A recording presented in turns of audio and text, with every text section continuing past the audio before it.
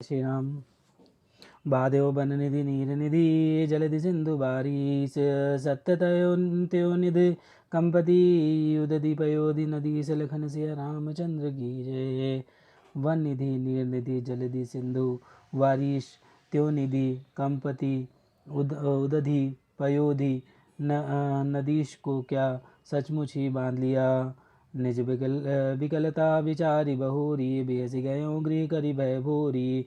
मंदोदरी सुनऊ प्रभु आयो कौतुक कहीं पथोति बधायो।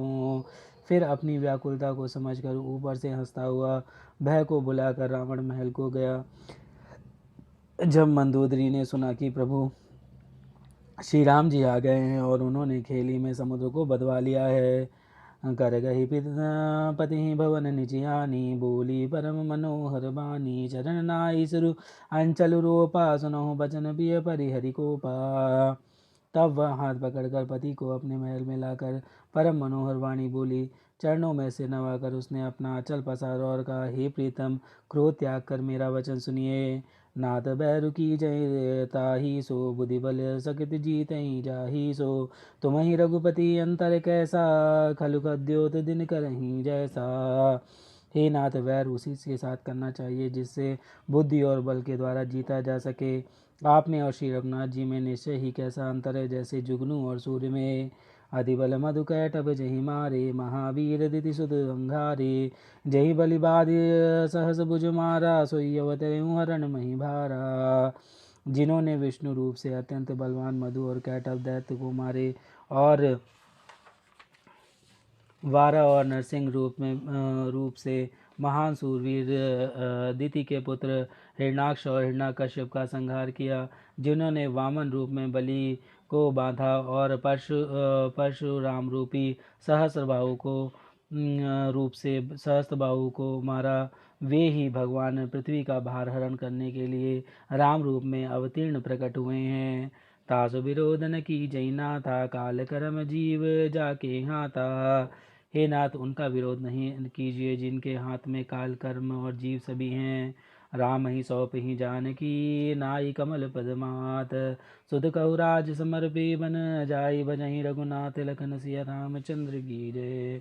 श्री रामचंद्र जी के चरण कमलों में से नवाकर उनकी शरण में जाकर उनको जानकी जी सौंप दीजिए और आप प्रभु आप पुत्र को राज्य देकर वन में जाकर श्री रघुनाथ जी का भजन कीजिए।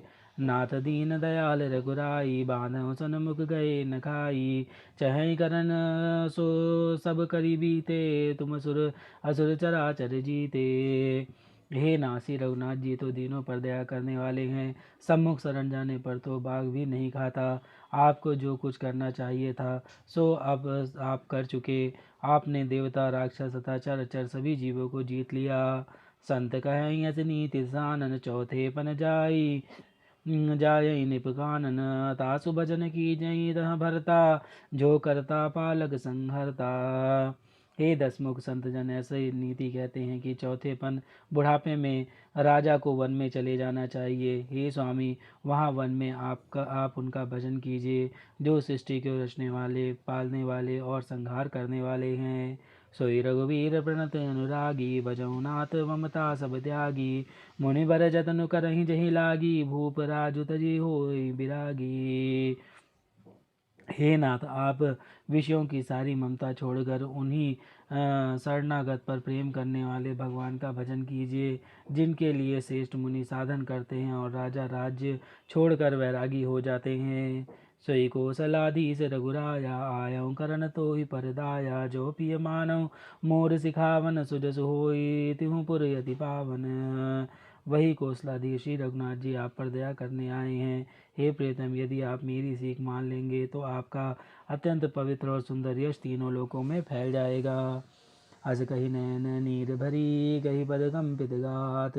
नाथ भजहु रघुनाथ हैं अचल हुई यही बात लखन सिया रामचंद्र की जय। ऐसा कहकर नेत्रों में करुणा का जल भरकर और पति के चरण पकड़कर कांपते हुए शरीर से मंदोदरी ने कहा, हे नाथ, श्री रघुनाथ जी का भजन कीजिए जिससे मेरा सुहाग अचल हो जाए।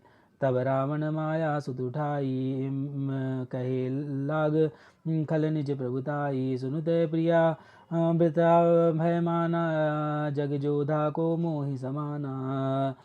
तब रावण ने मंदोदरी को उठाया और वह दुष्ट उससे अपनी प्रभुता कहने लगा, हे प्रिय सुन, तूने व्यर्थ ही भय मान रखा है। बता तो जगत में मेरे समान योद्धा कौन है। वरुण कुबेर पवन जम काला, भुज बल जीतहु सकल दिगपाला। देव धनुज नर सब बस मोरे, कवन हेतु उपजा भय तोरे। वरुण कुबेर पवन यमराज आदि सभी दिक्पालों को तथा कालों को भी मैंने अपनी भुजाओं के बल से जीत रखा है। देवता दानव और मनुष्य सभी मेरे वश में हैं, फिर तुझे यह भय किस कारण उत्पन्न हो गया। नाना विदित ही कहे सी बुझाई, सबा बहोरी बैठ सो जाई। मंदोदरी हृदय यस जाना, काल बस से उपजा अभिमाना। मंदोदरी ने उसे बहुत तरह से समझाकर कहा, किंतु रावण ने उसकी एक भी बात नहीं सुनी और वह फिर सभा में जाकर बैठ गया। मंदोदरी ने हृदय में ऐसा जान लिया कि काल के वश होने से पति को अभिमान हो गया है। सभा आई मंत्र ही तई बूझा, करब कवन विधि रिपु सह जूझा। कहे सचिव सुन निश्चर नाहा, बार बार प्रभु पूछऊं कहा। सभा में आकर उसने मंत्रियों से पूछा कि शत्रु के साथ किस प्रकार युद्ध करना होगा। मंत्री कहने लगे, हे राक्षसों के नाथ, हे प्रभु सुनिए, आप बार बार क्या पूछते हैं। कहो कवन भय करें विचारा, नर कपि भालु आहार हमारा। कहिए तो ऐसा कौन सा बड़ा भय है जिसका विचार किया जाए। भय की बात ही क्या है। मनुष्य और वानर भालू तो हमारे भोजन की सामग्री हैं। सबके वचन श्रवण सुनी, कह प्रहस्त कर जोरी। नीति विरोध न करई प्रभु, मंत्र ही मति अति थोरी। लखन सिया रामचंद्र की जय।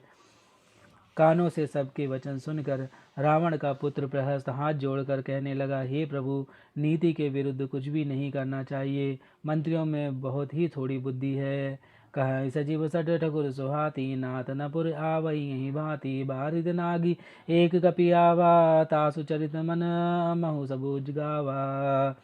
ये सभी मूर्ख खुशामदी मंत्री ठकुर सुहाती मुख देखी कह रहे हैं, हे नाथ, इस प्रकार की बातों से पूरा नहीं पड़ेगा।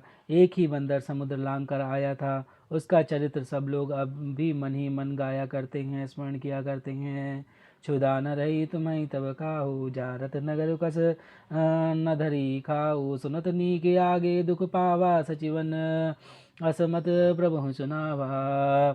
उस समय तुम लोगों में से किसी को भूख ना थी, बंदर तो तुम्हारा भोजन ही है, फिर नगर जलाते समय उसे पकड़कर क्यों नहीं खा लिया। इन मंत्रियों ने स्वामी आपको ऐसी सम्मति सुनाई है जो सुनने में अच्छी है, पर जिससे आगे चलकर दुख पाना होगा।